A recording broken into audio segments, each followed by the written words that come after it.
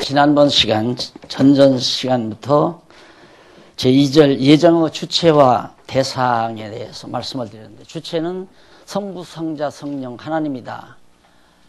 대상은 성부, 성자, 성령 하나님이 누구를 예정을 했는가? 예정은 물론 창조하신 하나님께서 지으신 인간은 물론 대상이 되고, 그 다음에 영물은 천사들이라고 그랬습니다. 천사들도 이미 하나님께서 창조해 놓으시고, 타락할 천사들과 성도들을 보필할 선한 천사들로 그렇게 다 예정하셔서 섭리하신다.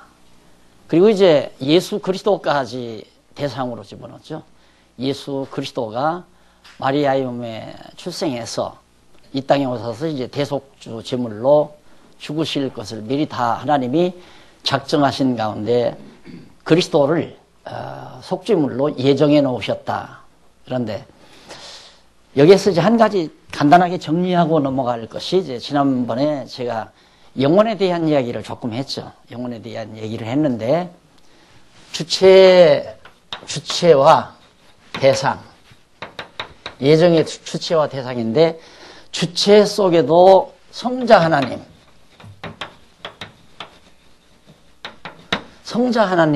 주체가 되시죠. 성부, 성자, 성령이 예정의 주체이듯이. 그런데 예정의 대상 속에 또 성자 하나님이 예수가 예정의 대상이 된다. 그러니까 당신이 당신을 예정한다라는 얘기거든요.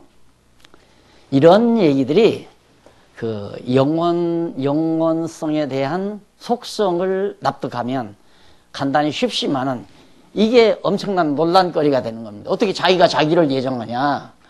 예정은 하나님의 예정이에요. 그래서 이제 성부 하나님이 예정하고 성자 하나님은 예정의 대상이다. 이렇게 주장하는 학자들이 있고. 그런데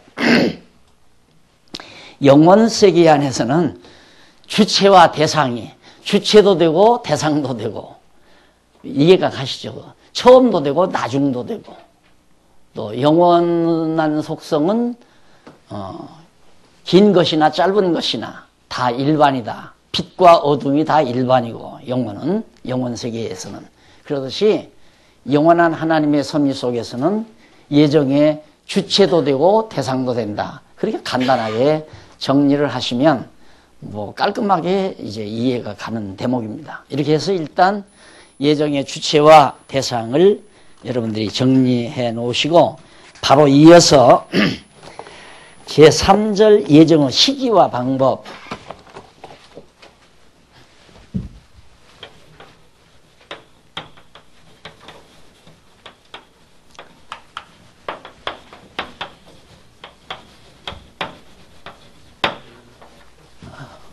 예정의 시기와 방법, 언제 어떻게 예정했느냐 하는 얘기입니다. 언제 어떻게 예정했느냐. 그래서 우선 이제 예정의 시기에 대해서 우리 살펴볼 필요가 있죠. 32페이지에 보시면 제3절 예정의 시기와 방법, 하나님께서 예정에 대한 사역을 언제 어떠한 방법으로 하셨는가 하는 문제들은 예정론을 이해하는 데 있어서 매우 중요한 의미를 가지고 있죠. 그래서 본절에서는 그 시기와 방법을 따로 구분해서 상술하기로, 자세히 설명하기로, 수리하기로 그렇게 하겠습니다. 우선 먼저 예정의 시기입니다. 1. 여기서 문제는 선택과 유기의 섭리들을 포함하는 하나님의 예정 섭리가 언제 이루어졌는가 하는 것이다. 문제가 되고 있는 시기는 시간을 기초한 시기를 말하는 것이 아니라 사건을 기초로 한 시기를 말하는 것이다. 그러니까 시간.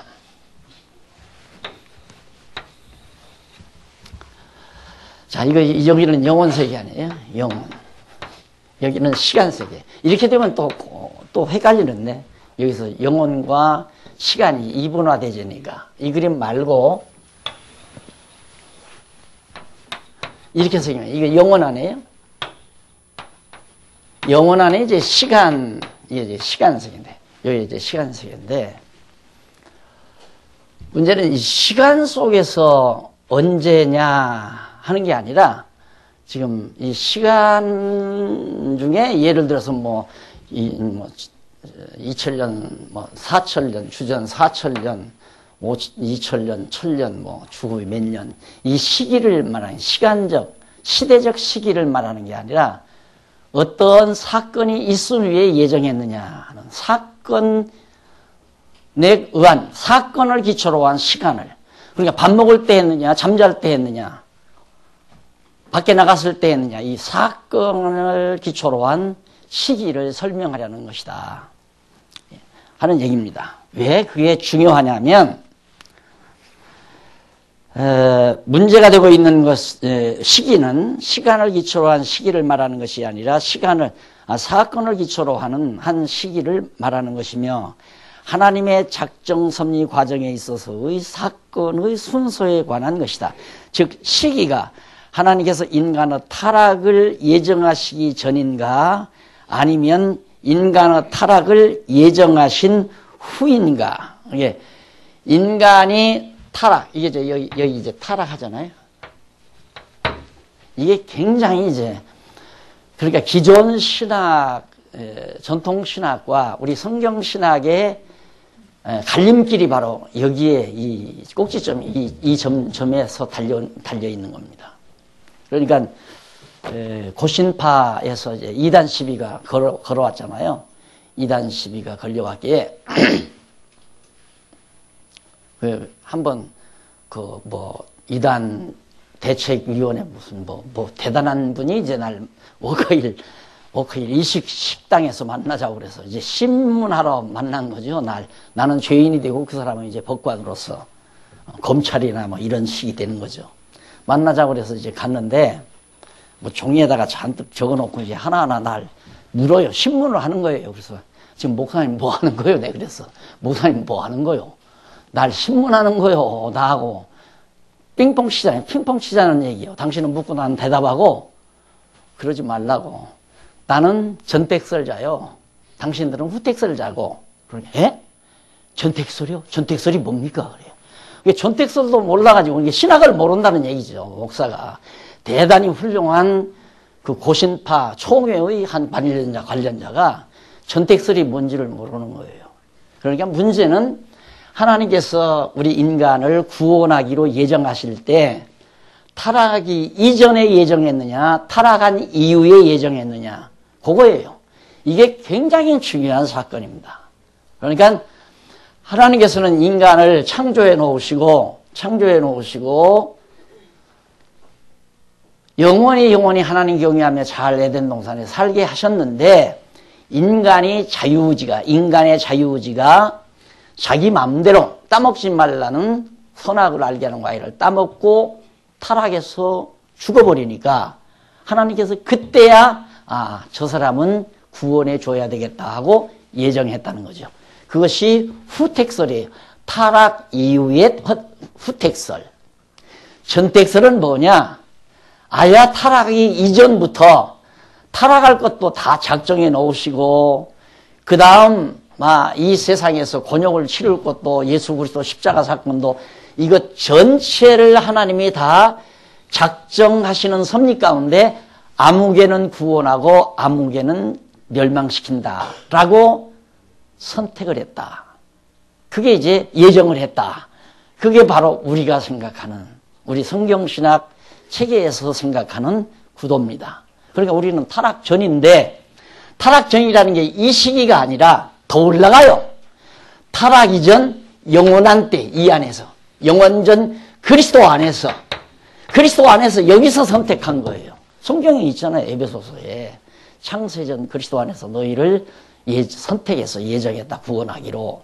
성경대로 믿어야 하는데, 학자들이 이렇게 구상을 하다 보니까 이거 이렇게 되면 하나님이 완전히 우리 인간을 로봇으로 만들어 놓은 거 아니냐, 당신 놀이객감으로 만들었다 이거죠. 그러니까 그건 아니다. 우리 인간에게 자유의지가 있는데, 이걸 전제로 해놓고 보니까 타락 이후에 하나님이 구원하기로 선택했다고 말해야 되잖아요. 그래야 하나님께 책임이 안 돌아가니까. 그러니까 후택설자들은 하나님을 엄청 도와드리는 거예요. 하나님께 우리는 책임을 안 돌리고 우리가 책임을 지겠습니다. 대단한 사람들이죠. 그 사람들은 자기들이 하나님보다 엄청 능력이 있고 더 권능이 있는 존재라고 생각을 해서 하나님에게 책임을 돌리면 하나님이 치근하잖아요. 책임지고 형무소 갈까봐. 그래서 하나님을 많이 도와드리느라고 하나님께 책임 안 돌리려고 후텍스를 주장하는 거예요. 그렇게 사고가 얄팍하단 말입니다. 그래서 이번에 지금 김기웅 목사님이 지금 카나다 계실까요? 카나다 계실 거예요, 아마. 카나다 계시는데 월요일날 아마 미국으로 가겠죠. 세미나에 가는데 이번에 이제 우리가 김 목사님 논문을 통해서 이제 진리 싸움의 첫 포성을 울리는 주제가 뭐냐면 하나님의 언약, 이 언약. 하나님은 언약의 기초에서 언약은 하나님의 정하신 뜻 아니에요. 뜻대로 내가 너를 구원해 준다. 너희들을 다시 회복해 준다. 이거 다 하나님께서 언약하는 거 아니겠어요? 정하신 뜻대로. 그 정하신 뜻 가운데 예정이 들어가 있다 이 말이죠. 그런데 지금까지는 타락 이후에 하나님의 예정으로 얘기하다 보니까 언약도 타락 이후에 언약했다는 거죠. 타락 이후에 구원해 주기로 언약을 했다. 이래놓고 보니까 하나님의 주권, 가장 문제가 하나님 주권. 주권이 엄청 상처가 나는 거예요. 하나님의 주권이. 그러면 예를 들어서 하나님은 전지전능하신 하나님인데 하나님이 에덴 동산 만들어 놓고 잘 살기를 간절히 바랬는데 누구 때문에 실패한 거예요? 아담 때문에 실패했다고 하는 거예요. 그래서 첫 아담은 하나님이 실패했다. 첫 창조는 하나님이 실패했다. 그런 하나님 같은 나 안 믿어요. 실패하는 하나님 또 실패할지 어떻게 알아요? 날 구원하다가 불구덩이에 놓칠지 어떻게 알아요? 그런 하나님을 어떻게 불안해서 믿느냐 이거죠. 그러니까 자, 만약에 타락 이후에 하나님이 예정하고 언약도 타락 이후에 구원해 주기로 언약했다고 하면 하나님의 정말 절대 주권이 엄청난 상처를 입는다. 그것 때문에 이제 도전을 한 거죠. 이게 이제 타락 이후에 이 주장하는 사람이 보수주의 학자들. 이게 성경이 하나님의 말씀이라고 믿는 보수주의 학자들. 보수주의 학자들이 그러다 보니까 그러면 하나님 주권이 손상되지 않느냐? 아니다, 그건. 그래가지고 반대로 나오는 게 누구냐면 진보주의자들이에요. 진보주의자들. 그래서 이 성경은 꼭 하나님의 말씀이라고 믿어서는 안 된다. 이렇게 이제 성경을 부정하면서 성경대로 말하면 이 사람들의 말대로밖에 할 얘기가 없잖아요. 그러니까 결국은 신학이 막 혼선을 믿게 되고 싸움이 끝난 거예요. 싸움이 끝난 건 보수주의의 패배로 끝난 거예요. 그래서 영국 교회도 망하고 미국 교회도 망하고 한국 교회도 보수주의가 점점 망해 들어가고 보수주의 지도자들은 해보니까 뭐 하나님 계신지 안 계신지도 알 수도 없고 까지 그 남들 보니까 막 사업에서 엄청 돈 벌어가지고 잘 먹고 잘 입고 세단 타고 살아가는데 나라고 저렇게 못 사느냐 하다 보니까 그냥 안 믿어줘도 그냥 교인들에게 얘기하는 거예요. 천국 간다, 지옥 간다, 그냥 이렇게 복 받는다 해서. 그러니까 어리숙한 성도들은 그냥 갖다가 많이 내면 많이 받는다니까 돈 갖다 쌓아놓으니까 목사들은 치부할 수밖에 없잖아요. 잘 먹고 잘 살고 치부하고. 그게 이제 보수주의 학자들이 하는 짓. 왜 큰 교회마다 지금 전부 이 엄청난 재산을 어떡하냐. 누구 주냐. 못 주겠다 이거. 내 자식에게 줘야지. 그래서 미리 미국에 보내가지고 다 공부시켜가지고 데려다 놓고 내 자식이 여기 있어. 나 뒤에 이어서 한다는 사람, 하는 거 반대하는 사람 손드시오. 누가 들겠어요. 그리고 결정했다고 들이밀고. 그러다가 지금 난리 났잖아요. 지금 여기저기서. 여러분, 이 기독교 아무것도 아닙니다, 여러분. 모래 위의 집이라고 생각하면 됩니다. 모래 위의 집. 그러니까 제가 지금 도전을 하죠. 우리가 도전을 하는 거죠. 이거 아무것도 아니에요. 허물허물해요, 허물허물. 근데 이번에 이제 김 목사님이 가서 무슨 소리냐? 타락 이후의 언약이 아니라 영원한 언약이다. 영원전 그리스도 안에서 이미 작정하신 뜻의 기초에서 아담에게도 언약했고 아브라함에게도 언약하고 다윗에게도 언약하고 모세에게도 언약하고 다 언약해서 언약대로 이루는 거다. 그러니까 여기 영원한 때 하나님이 정하신 뜻의 기초에서 언약하시고 언약대로 하나님께서 성취해 간다. 여기 예언이죠. 언약대로 예언하게 선지자들 통해서 예언하게 해서 그대로 이루어 가신다. 이 구도를 가지고 지금 간 거예요. 갔으니까 이번에 이제 보수주의 학자 가운데 대단한 사람들, 그래도 지금 살아있는 학자들로서는 명망 있는 학자 4명과 그 5, 김기웅 목사님 4명 속에 틈바구니에 들어가요. 이번에 기도 좀 하셔야 돼요, 여러분. 우리 김 목사님 지혜를 주시라고. 예? 말 한마디라도 실수하지 말고, 영어도 더듬더듬 하지만은 실수하면 안 되잖아요. 그러니까 4사람 4대1로 지금 다투러 간 거예요. 4대1로. 그래서 만약에 여기에서 김 목사님이 쏜 총알에 학자들이 정말 명중만 되면 정말 우리 일은 이제 성공의 나래를 펴기 시작하는 겁니다. 중대한 시기입니다. 그래서 이 부분, 타락 전이냐 타락 후냐, 이게 엄청.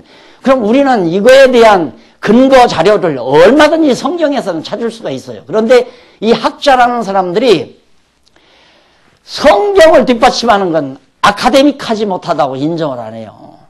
아카데믹하라는 말은 어떤 학자가 그런 말을 했느냐, 책을 근거대라, 그걸 요구한다 이 말입니다. 성경 근거대라고 하는 게 아니라. 그게 이제 김 목사님의 고충이죠. 그러면 제가 쓴 책이라도 영어로 다 번역이 됐으면, 뭐 진리의 말씀서 번역한 어떤 책 몇 년도 출판한 무슨 책 몇 페이지 어디에 이런 말이 있다고 근거를 대가지고 논문을 쓰면 되는데, 이 영어로 번역이 안 되니까 이거 뭐 우리 국내용이지, 이게 세계적인 학문식이 도전이 안 된다는 얘기죠. 이런 고충이라기보다도 참 아쉬움이 많죠. 그러나 어쨌든 이렇게 빨리 전쟁이 시작되리라고는 생각을 못한 거예요. 이제 아주 본격적으로 전쟁이 시작이 되는 겁니다. 이번에 여하튼 김 목사님이 패배하고 돌아와도 설령 그 사람들이 자존심이 있어서 거부한다 하더라도 계속해서 이제 그 방향으로 우리는 이제 총을 쏠 거니까 총을 쏘고 실탄을 만들고 쏘는 방법을 연구하고 싸움 방법, 전쟁을 진리 싸움하는 방법을 연구하고 뭐 연구하는 방법 우리가 쫓아가서 할 수도 있고 그 사람 적진들을 불러들일 수도 있고 우리가 힘만 있으면 불러들이면 되죠. 다 그런 사람들 3,500명 불러다가 여기서 세미나 열고 전국교회를 향해서 우리나라 전국교회 뭐 학자들이나 교인들에게 이러이러한 학자들이 와서 지금 세미나한다. 참여할 사람은 뭐 참가비 얼마 해가지고 공고내면 우리 여기서 할 수 있잖아요. 그렇게 이제 해가면서 진리싸움을 해가려고 하는 거거든요. 근데 이번에는 지금 쫓아갔어요, 지금. 다윗이 골리앗 앞에 쫓아가듯이 쫓아갔는데, 이제 결과를 지금 기다리고 있죠, 저로서는. 무슨, 어떤 결과. 아직 이제 시작은 안 됐으니까, 이번 주가 될 겁니다. 그만큼 예정의 시기라는 게, 예정 시기라는 것이 굉장히 중요한 이슈다 하는 것만 여러분들이 기억하시면서, 오늘 우리가 지켜나가려고 하는 이 진리가 얼마나 성경적이고, 얼마나 올바른 것인가를 우리가 다시 한번 느껴야, 정말 이것을 위해서 산다는 것은 인간으로 태어나서 진리 위에 산다는 것처럼 인간다운 게 어디 있겠어요. 그래서 살려고 하는 거 아니에요. 뭐 명성 얻으려고 하는 것도 아니고 하나님께서 우리에게 깨닫게 하신 이 보화를 질그릇에 담겼지만은 잘 간직해서 우리 귀여운 후대들에게 잘 전승해주고 허다한 많은 영혼들이 속지 않고 방황하지 않고 진리의 등불을 향해서 정말 인생을 멋있게 살아갈 수 있도록 해줄 수 있는 기반을 놓는다는 일이야말로 인간으로 태어나서 할 만한 일이 아니에요. 더더군다나 하나님의 사람으로 태어나서 반드시 해야 되죠. 그래서 지금 말씀을 드리는 건데 이 타락의 시기가 그만큼 예정의 시기가 그렇게 중요하다 하는 얘기입니다. 그래서 그 밑에 보면 바로 나와요. 아니면 인간이 타락을 예정하신 후인가 하는 문제이다. 그러니까 타락을 예정하시기 전인가, 인간의 타락을 예정하시기 전에 바로 예정했는가, 타락을 예정하시기 전, 하나님께서 이제 여기서 다 계획할 때 하나님이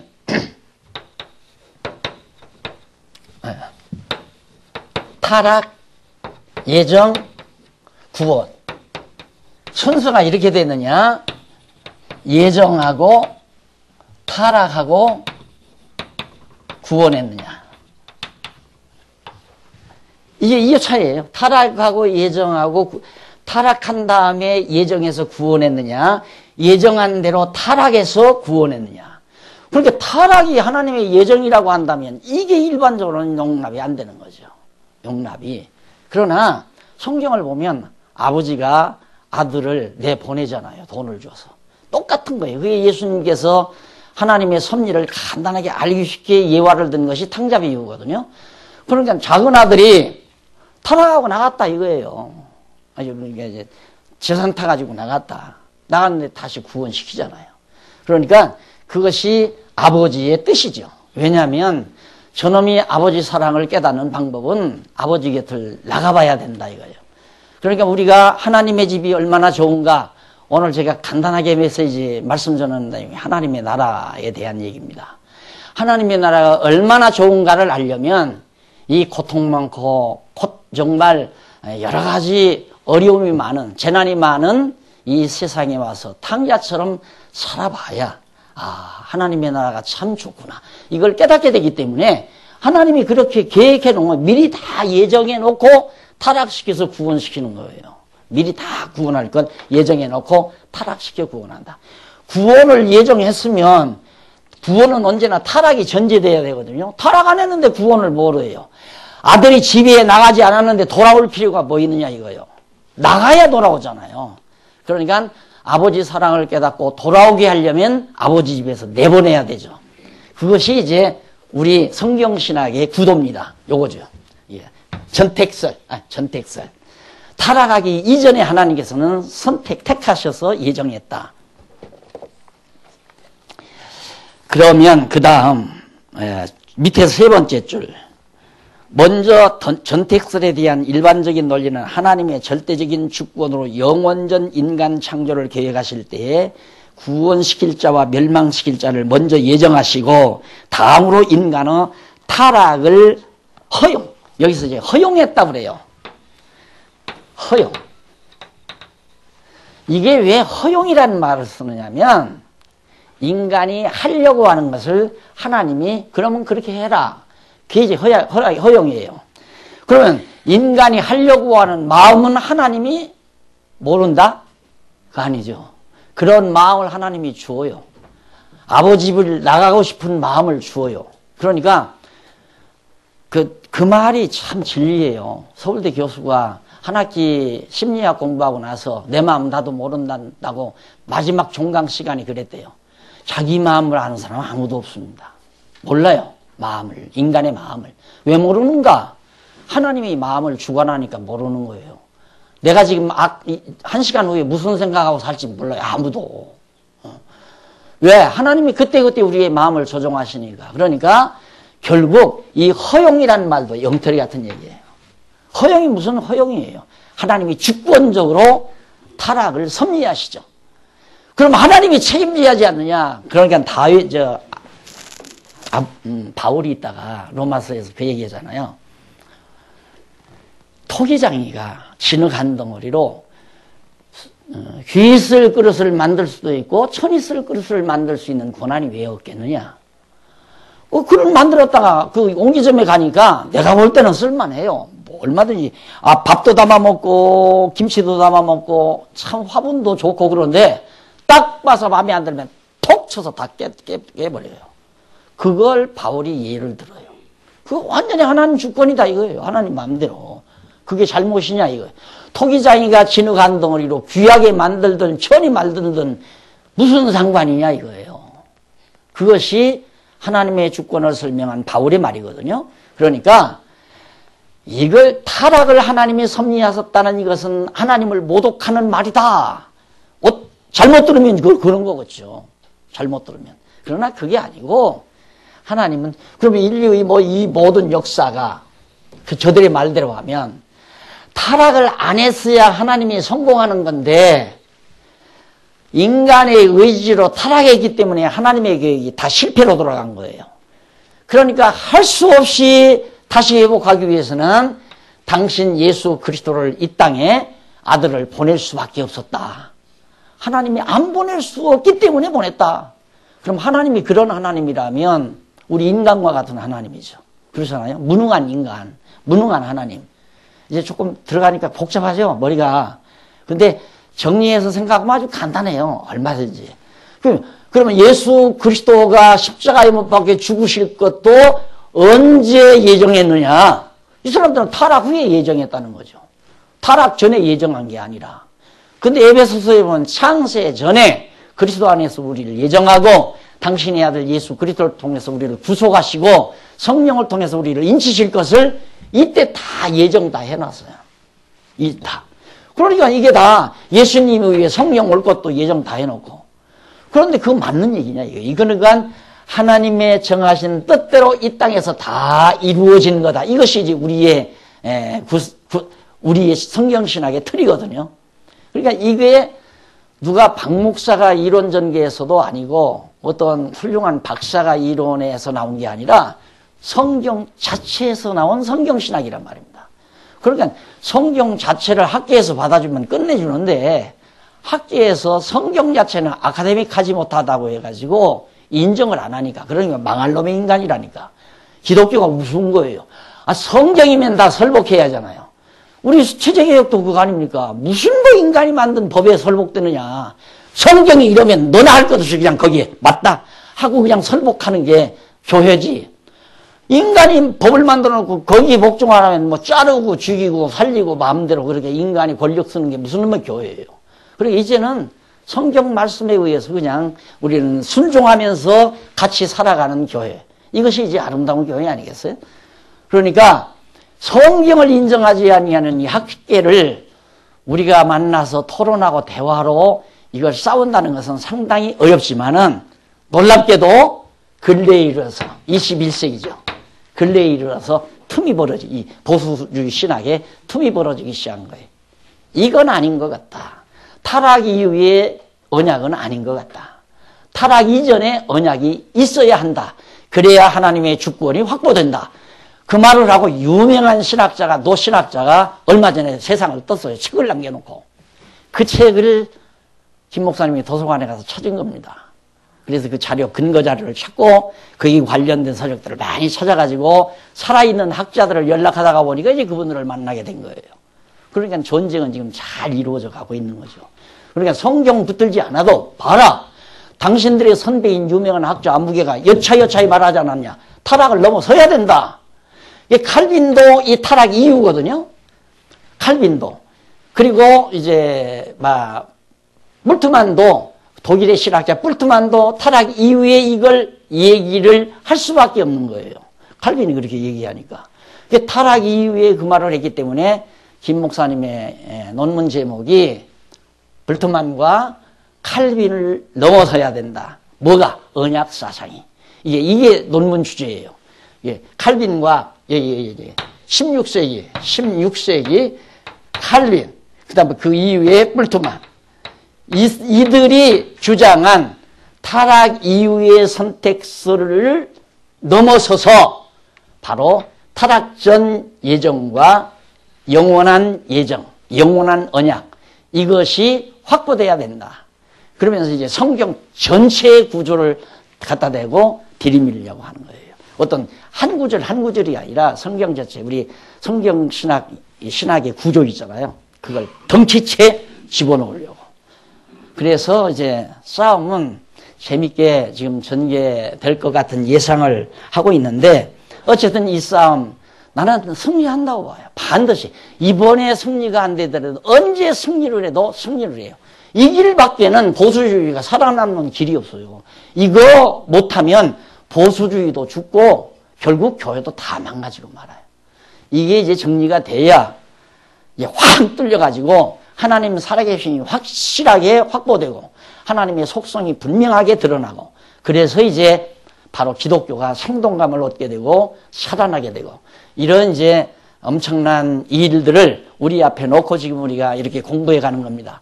그래서 오늘 이렇게 어른들 모시고 예정론을 다시 강의할 수 있다는 게 저로서는 참 이것도 예사로운 일이 아니다 싶은 생각을 많이 하면서 제가 강의를 합니다. 자, 그러면 33페이지 위에서 세 번째 줄, 하나님의 주권에 있어서 죄와 관련을 가지고 있는 성구들은 많이 있습니다. 시편, 150편, 잠언, 이사야, 에레미야, 마태복음 등등 많이 나오죠. 로마서에도 나오고. 이 성구들은 주로 하나님과 인간과의 관계에 대한 비유를 토기장이와 진흙과의 관계로 묘사하고 있는 경우가 많이 있어서 하나님의 절대 주권을 강하게 나타내고 있는 것이다. 박정용 박사는 전택설에 대하여 말하기를, 전택설자들이 수납하는 작정들의 순서는 후택설의 그것보다 더 논리적이며 통일적이라고 보여진다. 이 설은 구경 목적과 중간 방편들 사이에 합리적인 순서가 있음을 명백히 보여준다고 하면서 계속해서 천사들에 관한 예정의 유추는 전택설의 입장에서 찬성하는 듯함은 그 예정은 오직 전택설적으로만 생각될 수 있기 때문이다. 천사들은 언제 타락한다고 하는데 천사도 예정했다면 인간 타락 이후에 천사를 예정한 게 아니잖아요.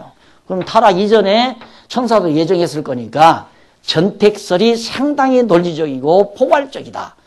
이걸 이제 박정용 박사, 세상을 떴습니다만은 저 시대에 이제 총장 지내신 분입니다. 그분이 이제 교회신학을 쓰면서 이 말을 했어요. 이런 글을. 그래서 내가 전해서 기록해 놓은 건데, 다음과 같은 반증을 제기하고 있다. 그러면서 이제 반증이 나와요. 아, 그거에 문제가 있다. 전택설을 말하다 보면 뭐냐면, 공문은 선택되기 불능하다. 아무것도 없는데 뭘 선택하느냐 이거죠. 아무것도 없는데. 영원 때 창조하지 않았으면 아무것도 없지 않느냐. 이게 이제 문제예요. 그러면 창조하지 않았는데 영원 세계는 아무것도 없는 겁니까? 이게 진짜 있는 거 아니에요? 영원한 것이 진짜 있는 거지. 이건 없어질 거고 허무한 거고 헛된 것이고. 그러니까 보는 시각에 따라서 진짜가 이게 있는 거 아니에요? 그러니까 뜻이 하늘에서 이루어져 있는 것, 영원한 것이 있어요. 있는 걸 있는 것을 모델로 해서 창조하는 거지. 그러니까 있는 걸 예정했지 없는 걸 예정한 게 아니다. 그러니까 첫째 이 반증도 필요 없는 거예요. 죄의 문제를 해결하지 못하며 두 번째는 그러면 하나님이 죄짓게 해서 타락시켰으니까 하나님이 책임져야 된다. 그러니까 이거 문제가 해결이 안 된다. 이거고. 그 다음 세 번째는 무죄자를 정죄의 대상으로 하는 것은 모순이다. 죄를 내가 지은 게 아니라 하나님이 짓게 해서 졌는데 왜 이 사람을 죄인으로 정죄하느냐. 그것도 모순이다. 이게 전택설을 말하면 이런 것들이 다 모순이다 이거예요. 그 다음 네 번째는 하나님을 죄의 조성자로 만들고 그러면 하나님이 죄를 짓게 하는 하나님의 죄의 조성자다. 내가 늘 듣던 얘기 아닙니까? 너 이단이다. 왜? 하나님을 죄의 조성자로 만드니까. 여기에서 나오는 얘기예요. 그 다음 5번 유기의 주권적 열의의 과도한 치중이다. 그러니까 하나님께서 버리신다. 버림. 멸망시킨다. 너무 하나님의 주권을 이 멸망자들에게 그냥 너무 주권을 강조한다. 이것도 모순이다. 그 다음 여섯 번째는 은혜 언약과 중보 교리를 구성하기 불가능하다는 것 등을 제기하고 있다. 은혜 언약. 그 하나님이 은혜로우신 하나님이 이렇게 타락시키고 죄짓게 하고 그런데 바울이 뭐라고 그랬어요? 은혜가 은혜 되기에 위해서 우리를 불순종 가운데 죄 가운데 가둬놓는다고 그랬죠. 이게 죄 많은 곳에 은혜가 많다보다 이게 그런 내용들의 깊이를 납득을 못하는 학자들이 그러니까 이런 문제가 나오는 거예요. 그래서 율법과 죄 그리고 은혜라고 하는 그 책의 내용이 바로 성경신학을 엮어가는 데 있어서 매우 중요한 신학적 내용들을 다 거기서 거론하고 있다 하는 것이 이제 요즘 우리 목사님들이 늘 설명하는 내용이 바로 그겁니다. 그러니까 이런 여기 문제된다고 하는 이런 문제에 대해서 쭉 얘기를 하면서 그러면 후택설은 뭐냐? 그 밑에 줄 바꾸는 데 보면 다음은 후택설에 대한 일반적인 논리를 알아보기로 하자. 후택설은 하나님께서 영원전에 포괄적인 포괄적인 작정을 하실 때 인간을 창조하시고 타락을 허용하시려는 작정이 인간을 선택하고 유기하려는 예정보다 먼저였다. 이걸 얘기해요. 예정보다 타락이 먼저였다. 예, 타락한 다음에 예정에서 구원했다. 우리는 바로 타락한 인간을 예정에서 아니 예정해 놓고 타락시켜 구원하신다. 타락시켜 구원하시는 이유는 깨닫게 하려는 거다 이 말이에요. 성경이 다 그걸 말하잖아요. 깨닫게 하려는 거. 그러니까 제가 목회도 그렇게 하잖아요. 목회도 교회 안 나온다고 하면 그저 참 안타까워서 한두 번, 두 번 권면하는 건 제가 굉장히 권면을 많이 하는 겁니다. 그러나 저분은 권면해도 너무 의지가 강하고 또 자기 주체성이 강해서 권면해도 필요 없겠다는 감각이 들면 절대 말하지 않습니다. 그럼 그 사람 버려서 그런 거 아니에요. 한번 나갈 사람은 나가봐야 돼요. 그리고 깨닫고 돌아와야 돼요. 교회도 그렇고 하나님, 이 교회라는 게 하나님 나라 아닙니다. 하나님 나라 떠나서 한번 살아봐야 그래도 교회 생활이 참 좋았었구나 이 생각이 들기 때문에 제가 모정해서가 아니라 그것도 목회예요. 지금 나가 있는 것도 목회예요. 배우고 있는 거예요. 탕자가 아버지 집 떠나서 돼지우리 있다고 해서 못 배우고 있는 게 아니라 큰아들, 아버지 슬하에 있는 큰아들보다 더 잘 배워요. 모르기는 하지만 지금 아마 우리 강남노예를 떠나고 장안중학교를 떠나신 분이 혹시라도 어느 장로님한테 전화 한 통 하나 하느나 어느 권사님한테 전화 한 통화라도 하느나 이거 기다리는 사람 반드시 있습니다. 그 증거가 뭐냐면 어느 형제가 전화를 하니까 테이크가 하더래요. 그래서 한 대여섯 주간을 전화를 일절 안 했대요. 안 하다가 한 번 전화를 하니까 참 고맙다고 하더래요. 전화 줘서 참 고맙다고. 그렇게 돼 있는 거예요, 그게. 예. 그러니까, 돌아올 도리어 이제 이 교회를 떠나지 않고 있는 분들, 도리어 불만이 더 있을 수도 있지, 어떻게 보면. 예? 큰아들이 아버지 집에 있으면서 불만하듯이, 불만할 필요가 없잖아요. 우리가 불만스러운 걸 자꾸 제거해 갈 생각은 안 하고, 누가 다 자기 마음에 드는 대로 다 만들어서 코앞에 갖다 놓기를 바란다면 그 잘못이죠. 그러니까 이게 하나님께서 타락시켜 구원한다는 말은 진리예요. 만고불변의 진리. 그래서 성경에도 보면 이제 앞으로 체제개혁과 또 나오는데 앞으로는 예를 들어 성경대로 분명히 성경인데 아무리 성경이 그렇지만 나는 반대입니다. 그러면 무조건 그 사람은 쫓겨날 사람이에요. 나가라. 성경이 내쫓으라고 그랬잖아요. 그 사람은. 두서너 번 권면해서 안 들으면 아야 교회 밖으로 교인들 전체에다가 공포에 내쫓으라고 그랬어요. 이게 그대로 할 거예요. 그냥 성경에서 하라는데. 내가 한다는 얘기가 아니라 앞으로 성경대로 하면 장로위에서 다 그렇게 해갈 거 아닙니까? 그러니까 우리는 뭘 결정해서 하는 게 아니라 이미 결정되어 있는 하나님의 말씀에 순종하며 하는 것이 새로운 체제의 이 교회 행정입니다. 누가 앉아서 좋으십니까? 나쁘십니까? 좋으면 손 드세요. 나쁘면 손 내리세요. 몇 명은 반대하고 누구는 몇 명은 찬성했습니다. 그러니 통과돼서 이건 이제 눈 씻고 볼래야 없는 체제. 이미 결정돼 있어요. 어떻게 하라나 하나님의 절대 명령의 말씀이 결정돼 있으니까 그대로 하는데 반대하면 몇 번 권면해야죠. 이 성경인데 어떻게 반대하냐. 이건 박 목사 의견도 아니고 이 장로님 의견도 아니고 박 장로 의견도 아니고 이 성경이 이렇게 하라고 그랬는데 고집 쓰지 말고 좀 마음을 돌려라. 몇 번 권면해서 안 들면 그러면 할 수 없는 거예요. 온 교인들에게 공고해서 내쫓으라. 그래야 교회가 편안할 거 아닙니까?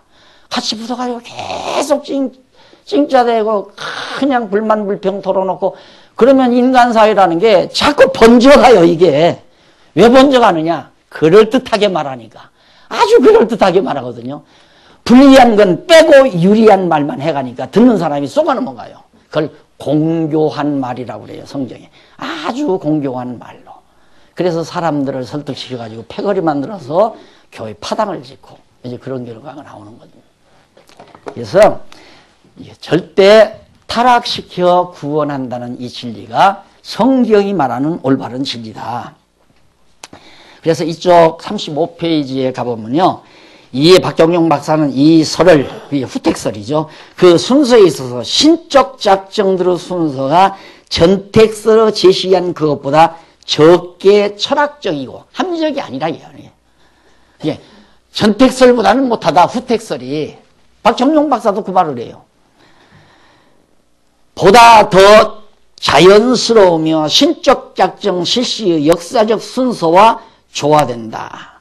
철학적이요, 보다 더 자연스러우며 그것보다 전택설로 제시한 그것보다 바로 이게 철학적이고 보다 더 자연스러우며 신적 작정 실시의 역사적 순서와 조화가 된다. 이게 하나님이, 제가 거꾸로 말했어요. 타락한 다음에 예정에서 구원한다. 우리 인간적 철학적으로 볼 때는 타락하니까 구원하실 하나님이 그때 예정해 놓고 구원하신다. 얼른 우리가 들으면 시간 세계에 사는 우리 인간으로서는 저게 도리어 자연스러워요. 이게 그렇잖아요. 이것은 좀 문제가 많죠. 따지고 하나님의 절대 주권은 살아나는데 이건 좀 뭔가 이해하기가 어려운 거예요. 그래서 지금 신학에서 이 철학적인 사고방식을 가지고 이걸 이해하려니까 어렵잖아요. 하나님의 주권적 섭리의 뜻을 파악해서 이해를 해야죠. 그래서 내 생각은 너희 생각과 다르고 동에서 서가 먼 것처럼 하나님의 생각과 인간의 생각이 다르다. 인간의 생각이란 이거 그럴듯하지만 하나님의 생각은 이것이다 이 말이에요. 내가 쉽게 말하면. 그래서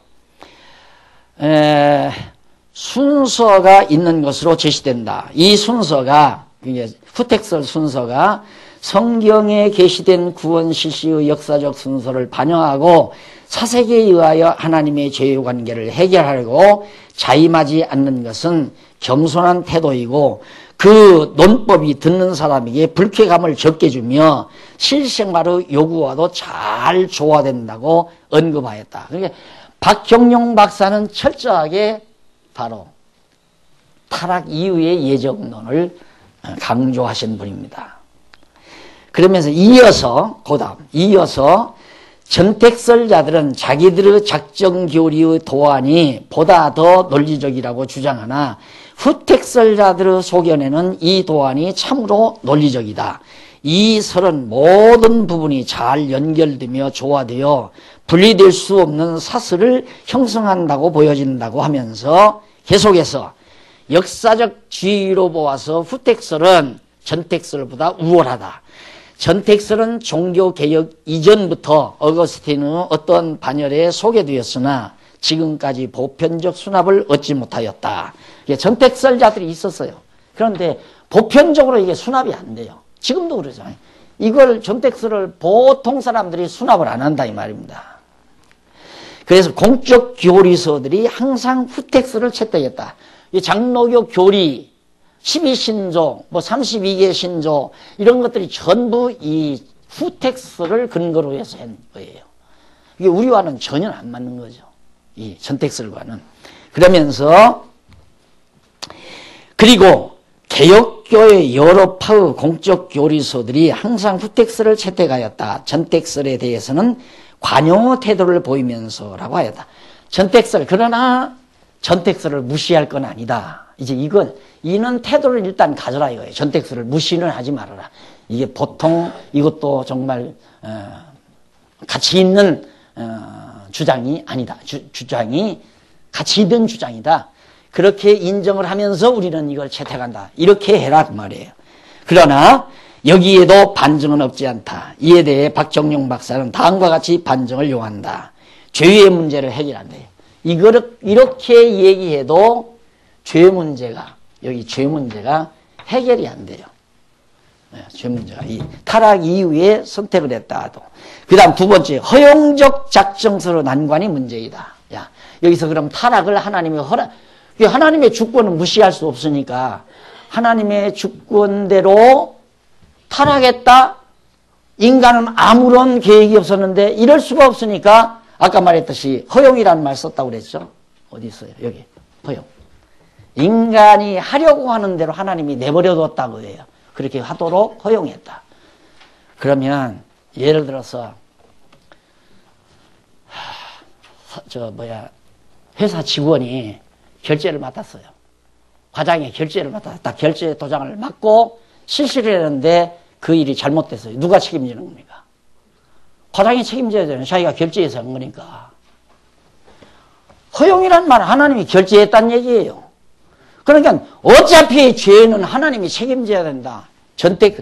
타락 이후 후택스를 얘기해도 이 박청룡 박사의 고민이에요, 이게 지금.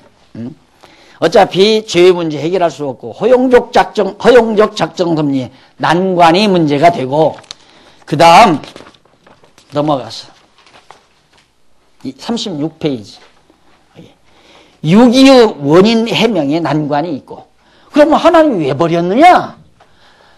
타락했기 때문에 예정은 분명히 되어 있는데, 그러면 똑같이 죄를 졌는데 너나 할 것 없이 다 인간이 죄인인데 왜 어떤 사람은 구원하고 어떤 사람은 지옥을 보내느냐? 이것도 해결이 안 된다.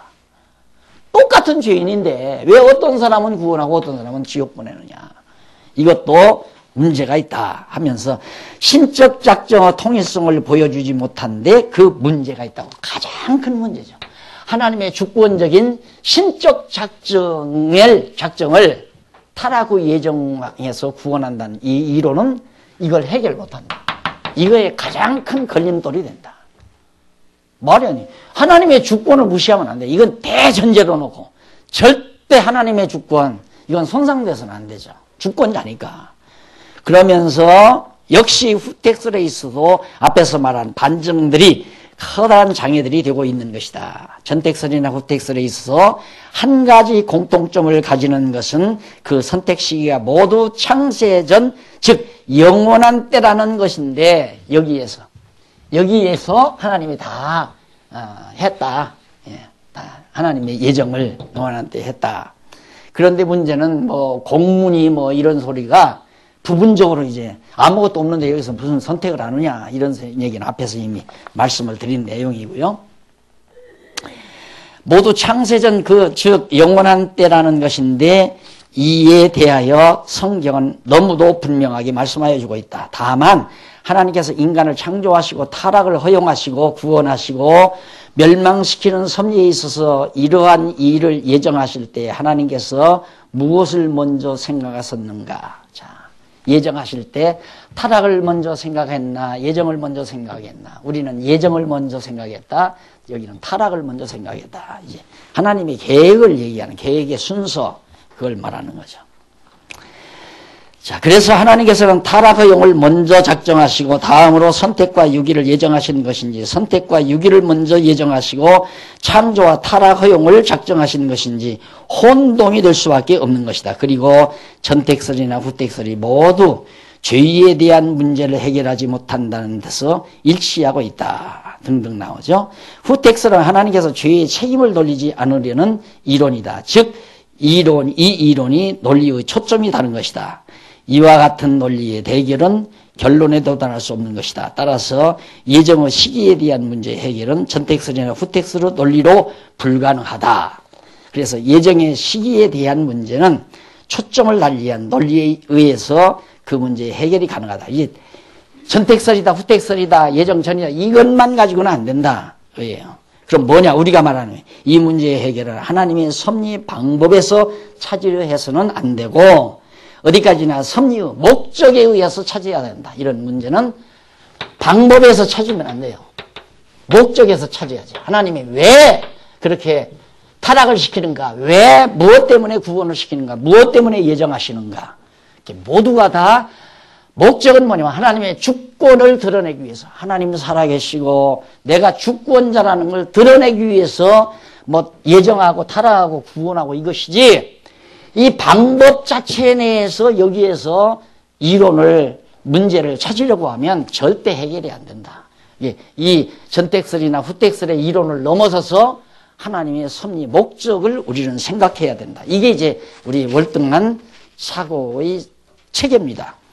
그래서 그 논리 출발은 스스로 영원부터 자존하시는 하나님께서 우주와 만물을 비롯한 인간을 창조하시려는 목적이 무엇이었을까 하는 명제로부터 시작이 되어야 할 것이다. 왜냐하면 인격적이신 하나님께서 목적 없는 창조 사역을 하실 리가 없기 때문이며 이 목적은 모든 시간이나 사물에 대한 평가의 기준이 되기 때문이다. 여기에 대하여 두 가지의 학설이 있다. 그러면서 먼저 인생의 행복 나오죠. 인간의 행복을 위해서 하나님이 창조했다. 그리고 그 밑으로 내려가서 다음은 창조 목적이 오직 하나님의 영광을 선포함에 있다.